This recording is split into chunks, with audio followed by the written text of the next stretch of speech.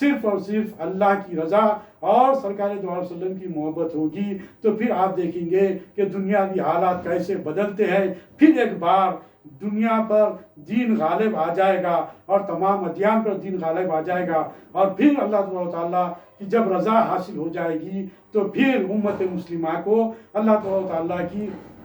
جب رضا حاصل ہو جائے گی تو پھر آپ دیکھیں گے کہ پھر ان کی زندگی پروخار ہوگی. اللہ تبارک و تعالیٰ سے دعا ہے کہ اے باری تعالیٰ جو کچھ بھی ہم پڑھ رہے ہیں، جو کچھ بھی ہم سمجھنے کی کوشش کر رہے ہیں، اے باری تعالیٰ قرآن کے ان احکام کو ہمارے قلوب میں اور ہمارے ذہنوں میں اتار دے. ہمارے دلوں میں یہ جذبہ حقیقی پیدا کر دے کہ ہمارے دلوں سے صرف اللہ اس کے رسول کی محبت میں ہر چیز قربان کر دینے والی وہ کیفیت ہمارے اندر پیدا کر دے. مال کی محبت کو ہمارے دل سے نکال دے، دنیا کی محبت کو ہم سے نکال دے. اتنی ہی محبت ہم کو دے دنیا سے، دنیاوی رشتوں سے، دنیا کے مال سے جس قدر تو دینے کا حکم دیا ہے، جس قدر رکھنے کا تو نے حکم دیا ہے، اسی قدر ہم کو یہ تمام چیزوں کو دل سے لگانے کا حکم دے. لیکن ہمارا جو مقصد جو رہے گا، ہمارا جو دل رہے گا، وہ تیرا گھر ہے، وہ تیرا کعبہ ہے. اے باری تعالیٰ ہماری زندگیوں کو تو قبول کر لے، ہمارے آل و اولاد کی زندگی کو تو قبول کر لے. جس طرح تو نے ہمیں جو پیغام دے دیا ہے قرآن مجید میں، ویسا ہم کو بنا دے کہ ہم تیری راہ میں تیری رضا جوئی کے لیے سب کچھ قربان کر دینے والے بن جائے. لن تنالوا البر حتی تنفقوا مما تحبون، کہ تم مقام نیکی پر اس وقت تک نہیں پہنچ سکتے جب تک کہ تم اپنی متاع عزیز اللہ کی راہ میں قربان نہ کر دے. اے باری تعالیٰ ان آیات کو ہمارے دلوں میں اتار دے. اے باری تعالیٰ تو رب العالمین ہے، تو مقلب القلوب ہے، تو دلوں کو پھیرنے والا ہے. تو ہمارے دلوں کو دین کی طرف جوڑ دے، قرآن سے جوڑ دے، سرکار دو عالم صلی اللہ علیہ وسلم کی سیرت سے جوڑ دے، سرکار صلی اللہ علیہ وسلم کی اتباع کرنے والے بنا دے. ربنا آتنا فی الدنیا حسنۃ وفی الآخرۃ حسنۃ وقنا عذاب النار. ربنا لا تزغ قلوبنا بعد إذ هديتنا وهب لنا من لدنك رحمة إنك أنت الوهاب. ربنا اغفر لي ولوالدي وللمؤمنين يوم يقوم الحساب. ربنا آتنا من لدنك رحمة وهيئ لنا من أمرنا رشدا. اللہ اکبر، اللہ اکبر، لا الہ الا اللہ، اللہ اکبر، اللہ اکبر وللہ الحمد. سبحانک اللہم وبحمدک اشہد ان لا الہ الا انت نستغفرک ونتوب الیک. بفضل سبحان ربک رب العزة عما یصفون وسلام علی المرسلین والحمد للہ رب العالمین.